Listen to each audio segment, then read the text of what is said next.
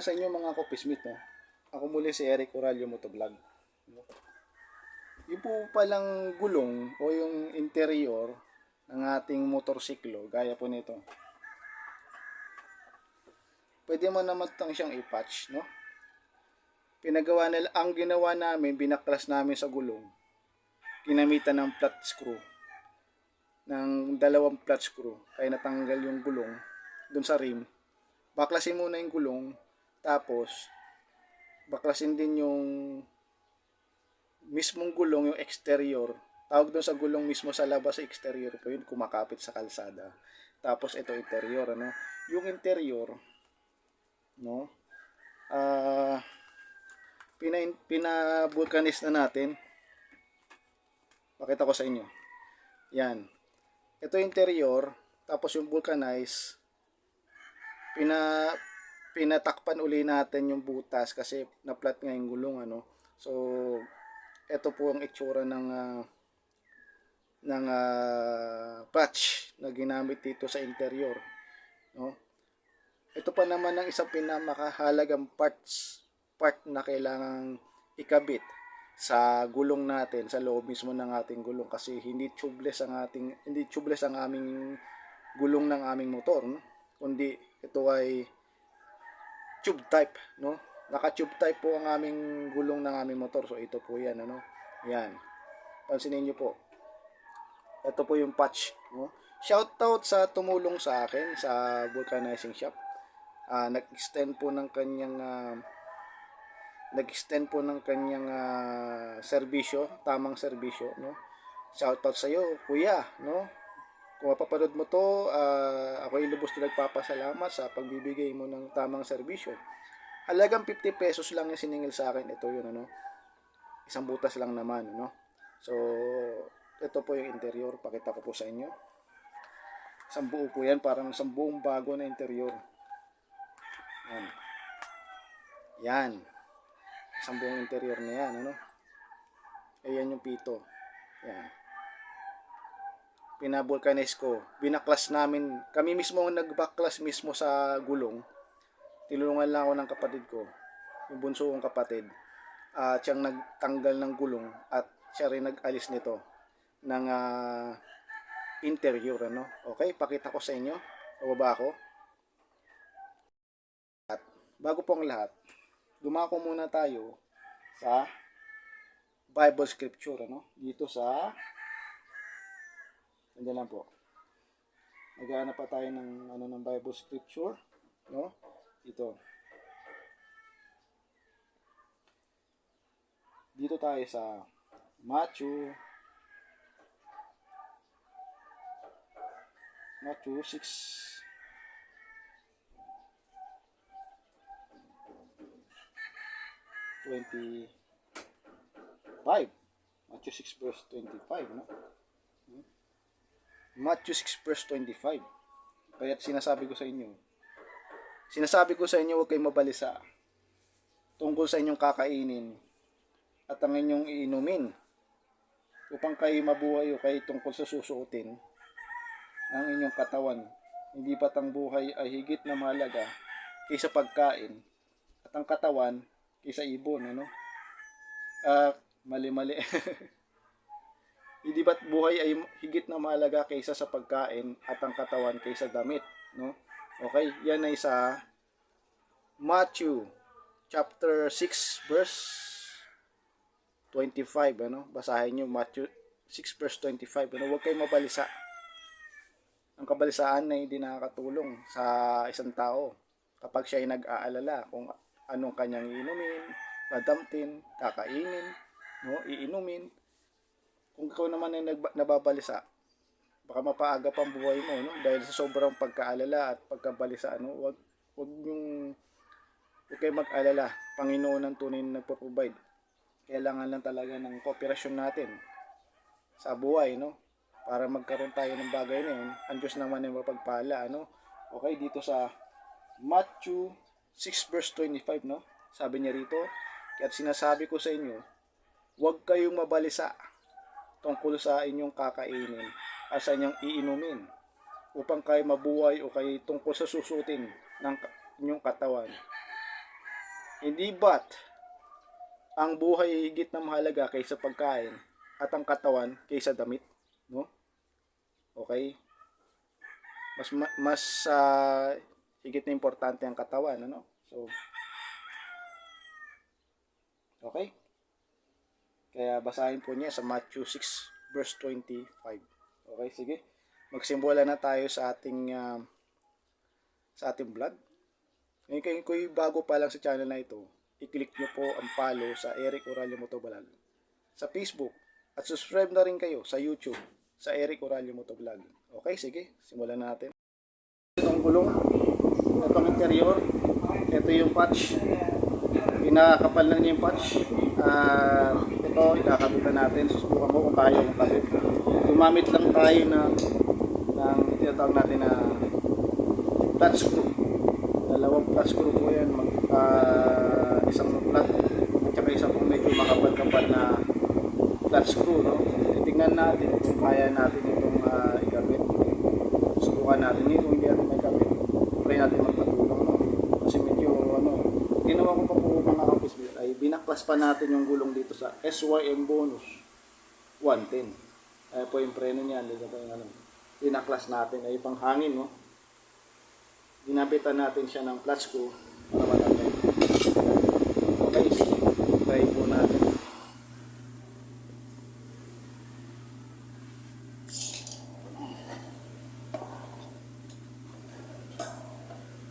Subukan din makakabit natin. Kasi minsan mahirap din po magkabit ito. At ang baklas na rin, mahirap din po magbaklas. Pare-pare same na same kung mangyayari dyan. Okay lang dito, medyo creative ka ng gusto. Ilawan natin. Yan. Medyo creative ka. Pag hindi ka creative dito, hindi mo rin may kakabit ito.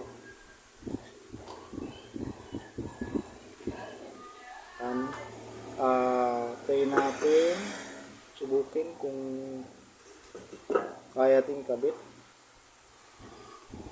Tingnan natin. Dito. Yan. Kasi baka malaglag ito. Tignan natin kung kaya nagkabit.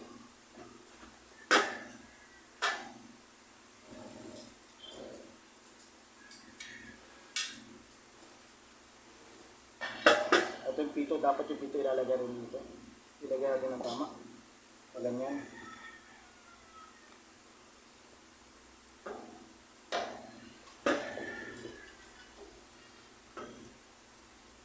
Ilagay sa buong ano.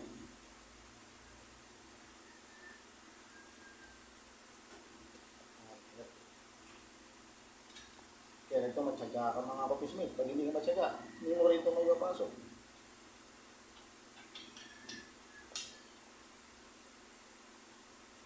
Sabi ko ay maglagay natin. Wait lang. Balikan ko kayo. Wait lang. Kukuha lang ako ng tape. Kuha tayo ng tape. Tapos tignan natin kung kaya ito ikabit. Yung electrical tape dito nakakabit sa ilalim. Naglagay tayo, subukan natin. Para maiwasan po yung pagka-plug. Yan. Taas ko pa sa inyo. Yan. Ito electrical tape. Maglalagay pa tayo ng electrical tape kung buo yan. Ibutin natin.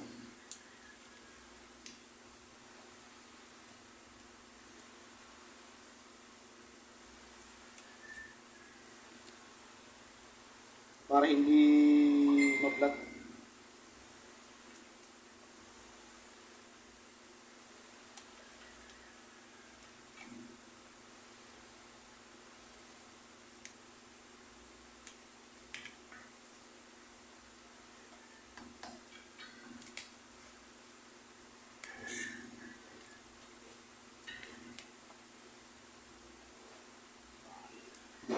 Ilagyan na natin ng electrical tape. So okay na yan at buong buo na yan. Ang gagawin na lang natin, ikabit na lang natin yung interior.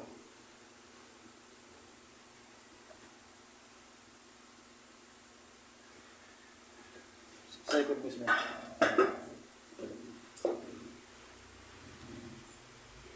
Yan. Kabitin natin. Hanapin natin sa yung pinakabutas. Ngayon kabit nito.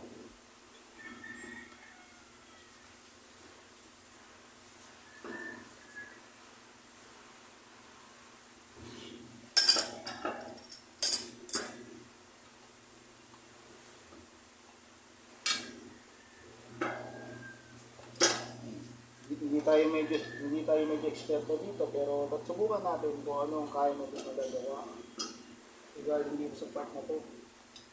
Tingnan natin kung ano natin yung kakayanan natin sa magawa natin ng bagay dito.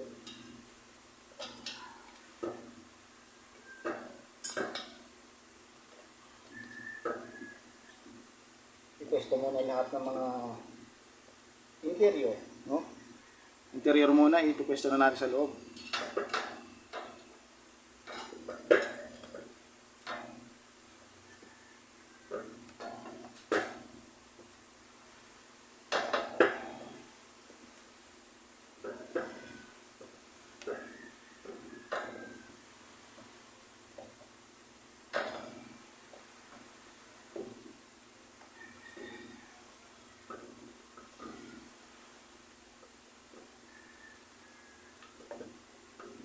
So nailagay natin yung iba.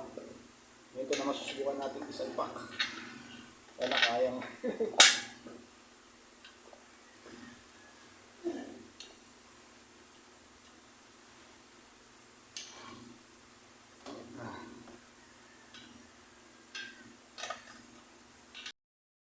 Okay mga ka-office-mate, nakakabit na natin. At ito na yung pito. Medyo nahirapan pa tayo sa pagkabit nito. No? Ayan. Ito na yung pito. Nakita ko sa inyo. Ayan o. Ito na siya. Nipasok natin siya dito. Ito yung pinakamahirap na part na paano may papasok yung tinatawag natin na interior sa loob ng gulong na ito. No? Grabe ang pagkabit dito. Kailangan ito may sentro mo ng tama. Kasi pag naipit yan, naipit yun nasa loob na interior, sigurado putas ulit yan mga office-mate. Sige, subukan natin ulit na ikapitan natin yung mga ibang parte ng interior sa loob. Salat-salatin yung maigi. Kung ilagay nyo ng tama yan. Kasi baka yan ay maipit, no? Okay. Ngayon, subukan natin kung kaya natin gamitan yung persa mula dito sa parte nito. Hapa.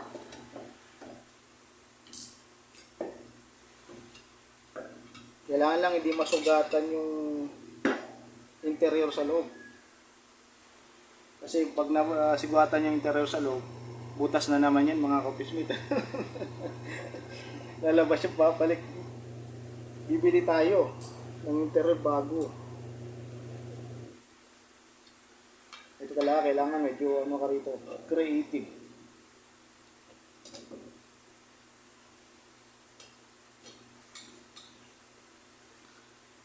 Flat screw lang at saka isa pang flat screw kailangan nyo. Susubukan natin kung ano. Kaya bumalik ulit. Ito yung pinakamahirap na part. Sa part ito, pinaka-part na mahirap ikunin sa kabila. Ayan. Kailangan dito ay maging creative. Yun nga po ang sabi ng iba, creative. Wala kami pa sikwat pero flat screw sinusubukong gawin. Kung kaya natin ikabit yung gulong gamit itong flat screw.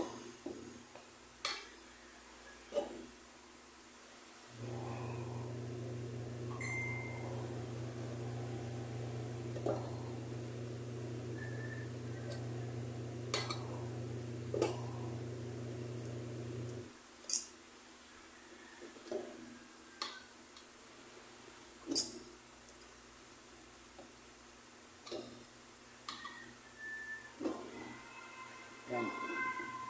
Medyo nakakapitan natin. Tingnan natin kung tama itong pagkakapit natin. Atake mo na to. Ito na yung susunod. Kung may pangsikwat na mabibili, bumili ng pansikwat para matanggal ang gulong. No?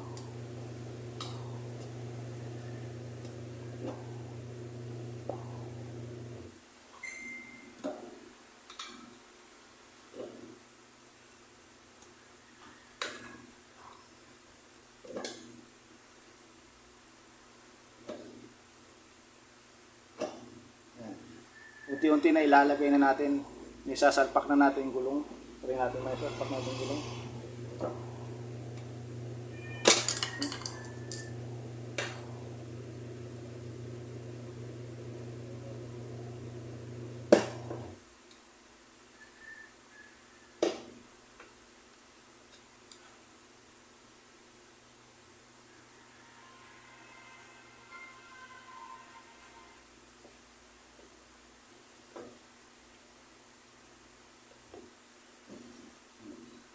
tayo medyo mahihirapan sa part na to.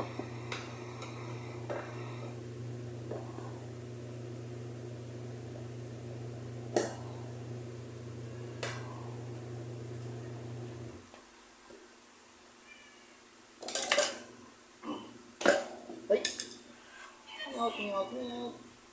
Sana tama. Ito pinakamayot na gawain sa part na to.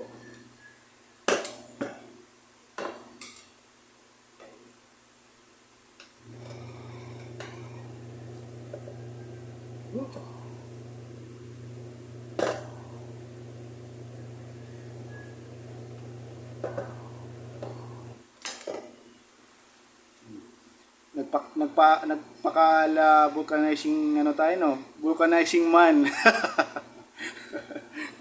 Nagpaka vulcanizing man tayo.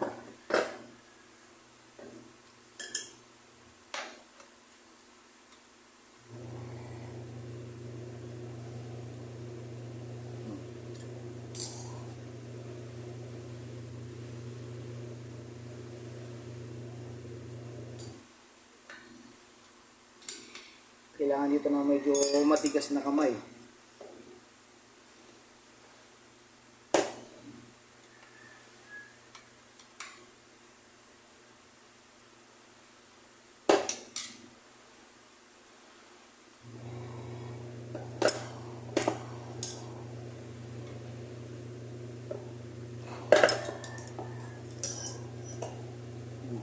So ito na lang talaga problema natin. Iba nakabitan natin buo.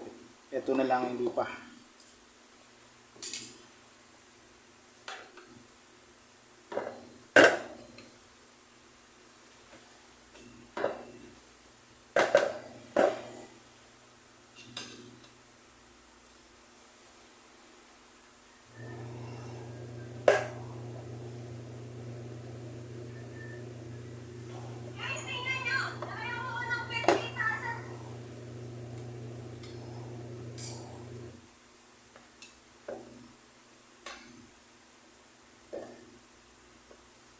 Sige mga office mate, balikan ko kayo.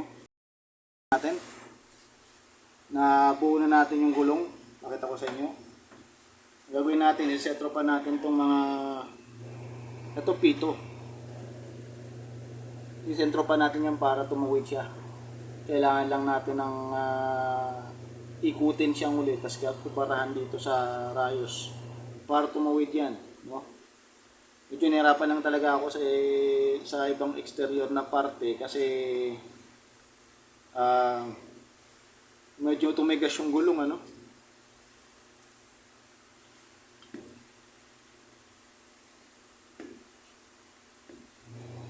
Yan. Buo na po siya. Pero mamaya ikakabit natin siya na rito sa kanyang lalagyan dito sa mismong brake. Sama natin kabit mamaya. As of now, lilinisin na muna natin itong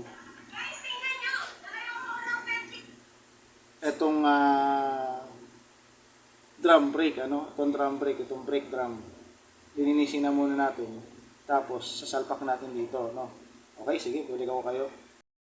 Linisin natin yung brake drum. Ito din natin ito nilinis pero okay naman yan. So hayaan mo lang muna yan. So ito na lang muna itong part na to. Tapos isasalpak na natin siya rito. Pagkatapos lalagyan natin ng hangin. Pero bago lagyan ng hangin, isisentro muna natin itong tinatawag natin na pito, no? Okay, lagi po yan. Sige pa. If you believe that you, then you know we want you. Makatapakan ba nga, no? Hindi ko ba gano'n?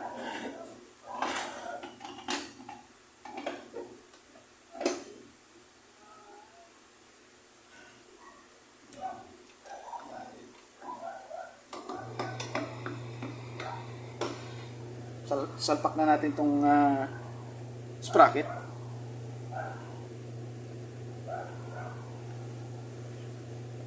Tapos ikabitan natin itong maliit na sprocket na spacer dito sa ating gulong. Salpak. Then kabit natin itong ehe. Then yung ehe, oh. Yan. Kabit natin doon.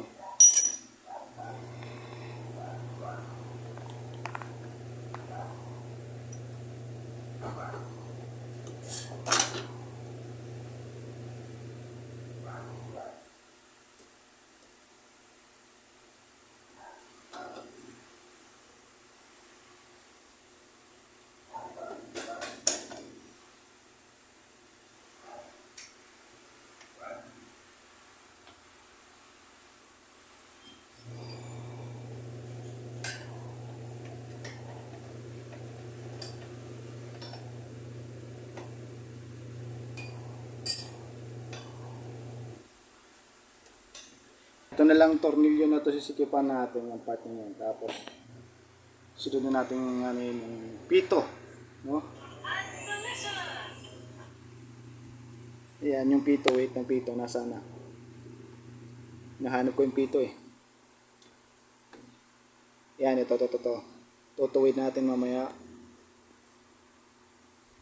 Okay, sige.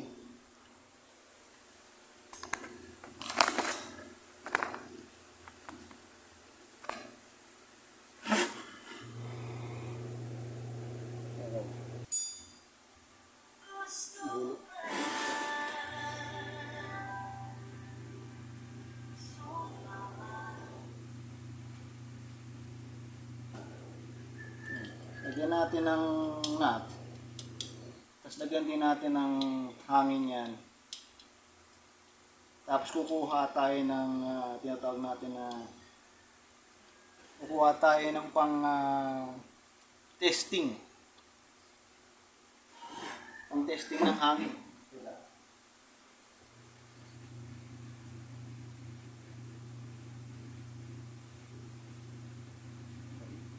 Ito.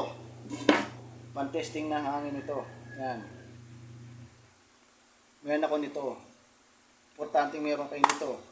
Kaya alam minsan ito hindi accurate. Ang gagawin nyo lang dito, -3. Alam ko itong gulong na ito ay 33 ang PSI. Kaya dapat, kapag kayo kukuha, maglalagay, mag-testing ng hangin ng isang gulong, kailangan nasa 30 lang siya. No? Yung 33 na PSI ng nandito, hindi ito accurate. So, ang gagawin nyo lang, mga -3 ng 33, so bali 30. Pagdating dito niya sa guhit na yan, kalagit na between 40 at 20.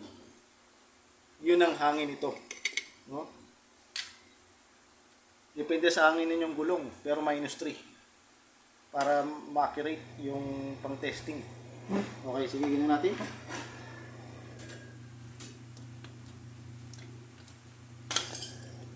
Salpa.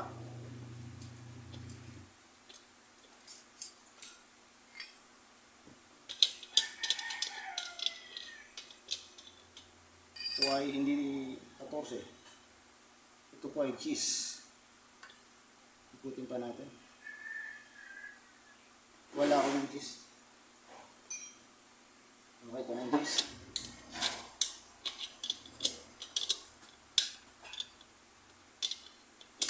Subukan na natin, sikipan nyo. Tingnan natin kung malagyan ng hangin. Yan. Hanginan. Ito pang bomba natin. Okay.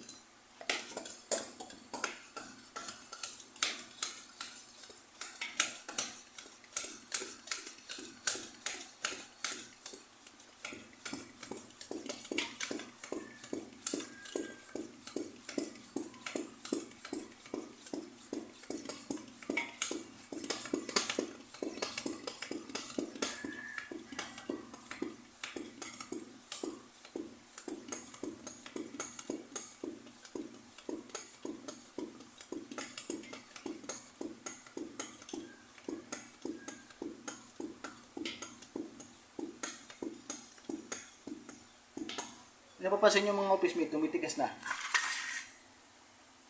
Tumitigas na yung gulong. Yun yung ginagamit kong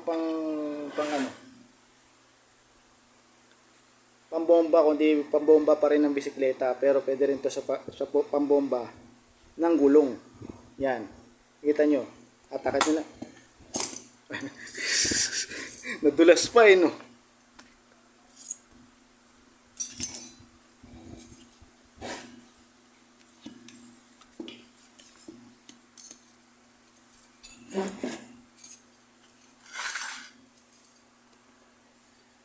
Yan. Hanginan natin. Kasi medyo kulang sa hangin pa. Tanggal pa yung apakan niya.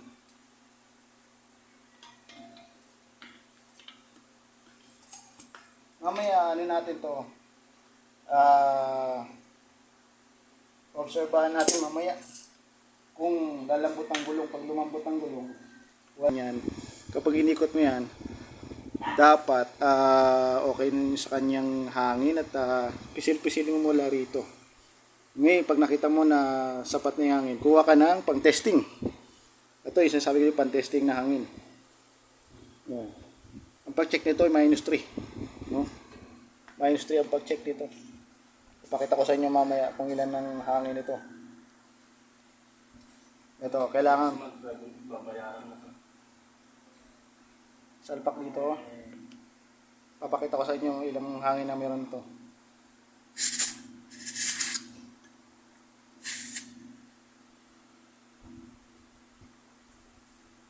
Medyo mababa pa, no? Dagdagan pa natin.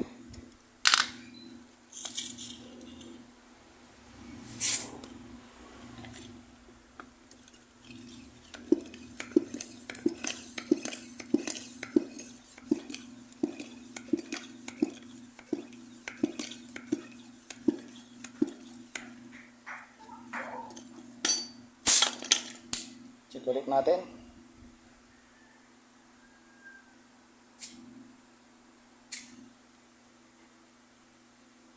Medyo nadadagdagan. Ano bang ano nito? PSI. Dapat ang PSI nito ay nasa 33 din.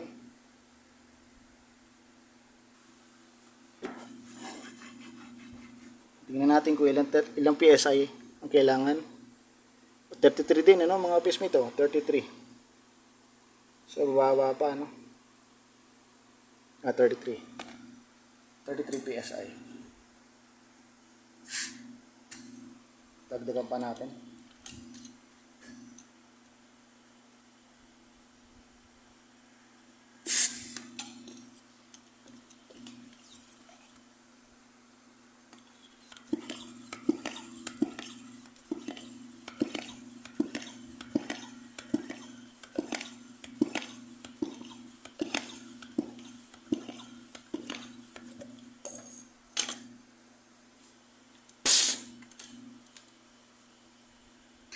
Check.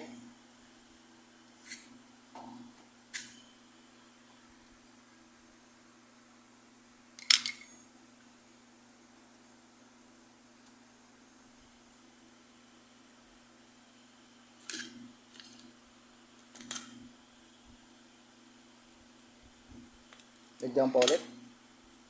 Kasi medyo kulang pa.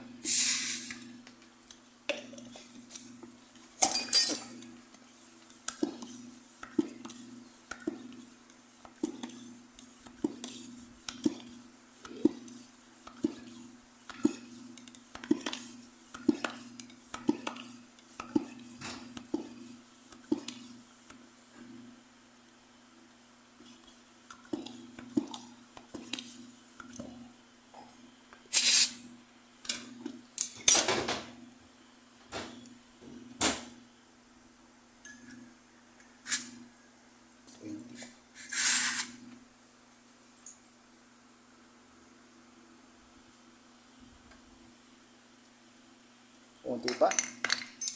Ganyan talaga mga kupismate para malaman natin kung gaano ayos ang hangin ng isang gulong.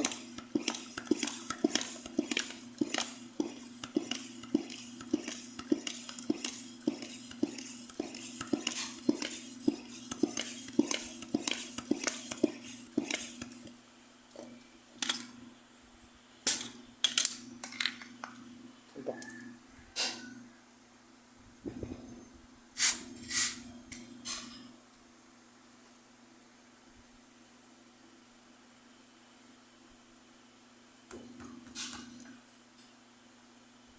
Kunti pa.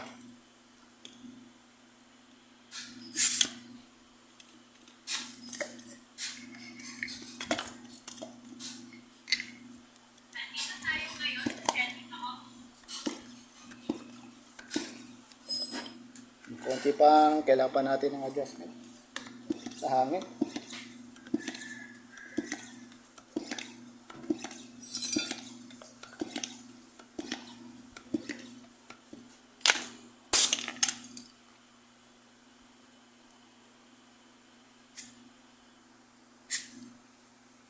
Kailangan pa natin ng adjustment.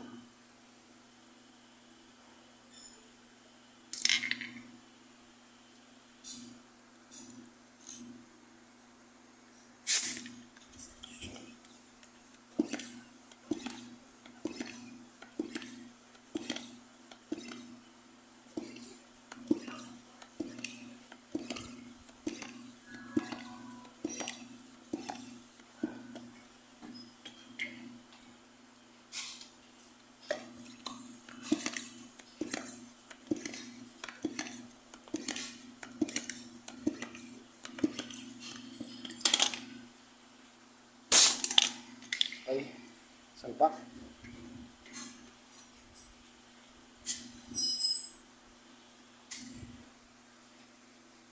Okay, kulang pa. Kailangan mga 30.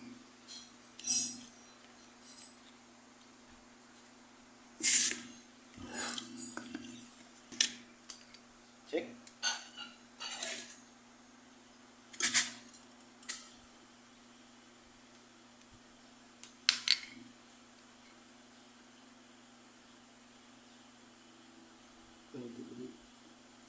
Okay, pwede na siguro 28. Kaya naman na to. Bawasan lang ng konti.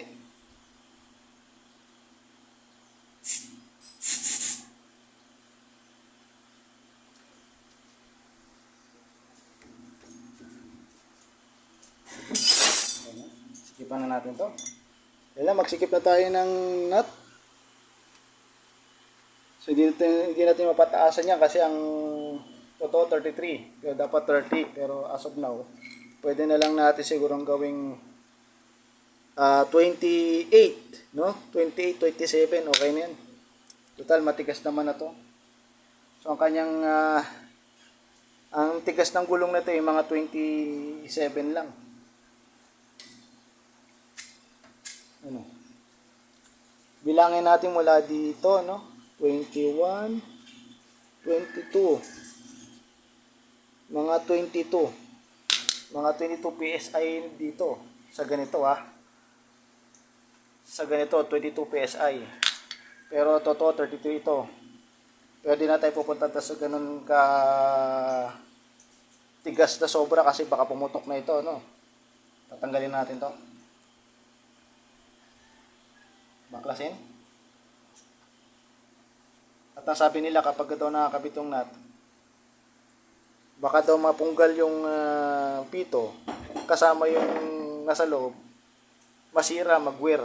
So, masira pati yung interior mo sa loob, palit interior ka ngayon, ano? So, tanggalin natin to. Okay na yan, mga kapiswit, sikipan na lang natin. Magsikip na tayo. Magsikip na tayo ng 14. Ano natin? Sa itsura ng ginawa natin, kinabit natin ito. Kailangan may kabit natin to kasi para hindi manuyo yung kadena. Hindi tumigas yung kadena. Pati nandito, no?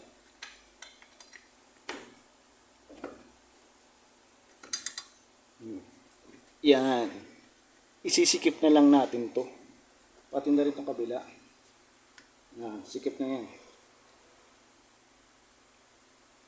Gagamit tayo ng tawag natin cheese na diikot. Yan. Kailangan sikipan natin. SY ang bonus yan. Kailangan matibay. Pagkakalagay mo ng tornilyo dito sa part na to. Yan. Tigas na.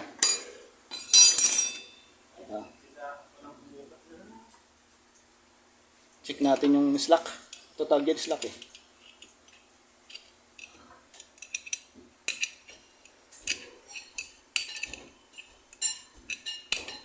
Yan kine-check dapat dito sa kadena.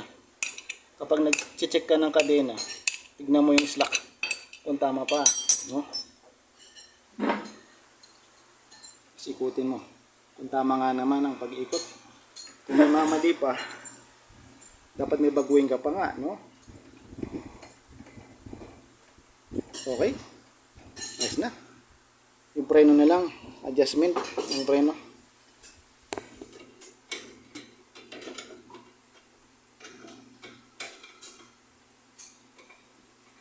Ikutin na muna natin. Adjustment ng preno. Yan. Then brake tayo. Tingnan natin kung tama yung brake.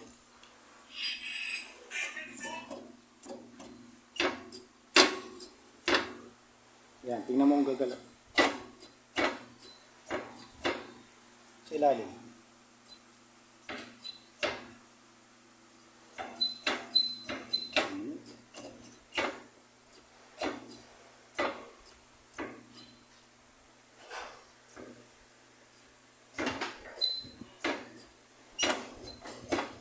Tingnan kong ikot.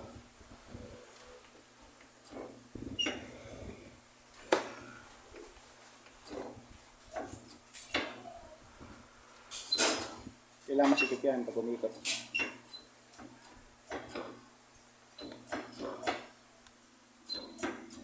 Break.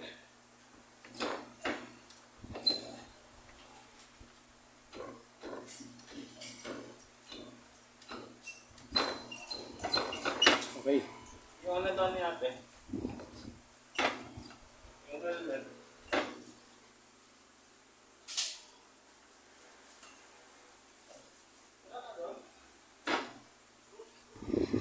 Dagdagan pa natin ng adjustment.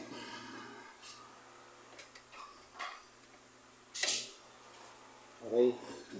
Tapos brake. No? Ikot. Ibalik. Subukan ko yung paa. Okay. Ayos na yan mga kapismo. Goods na goods na yan. No? Pati yung hangin dito. Okay.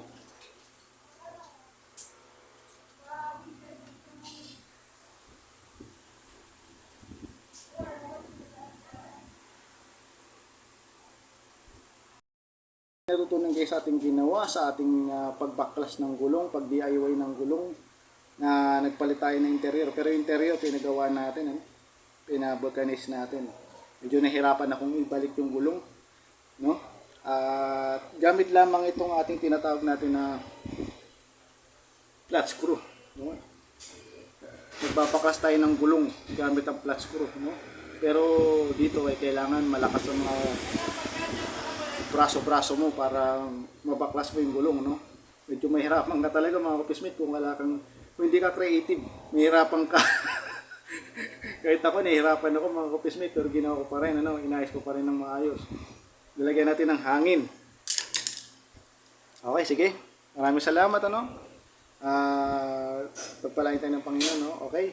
Salamat at sana sa susunod nating video, manood ulit kayo. Sige, salamat. God bless. Ay, ingat.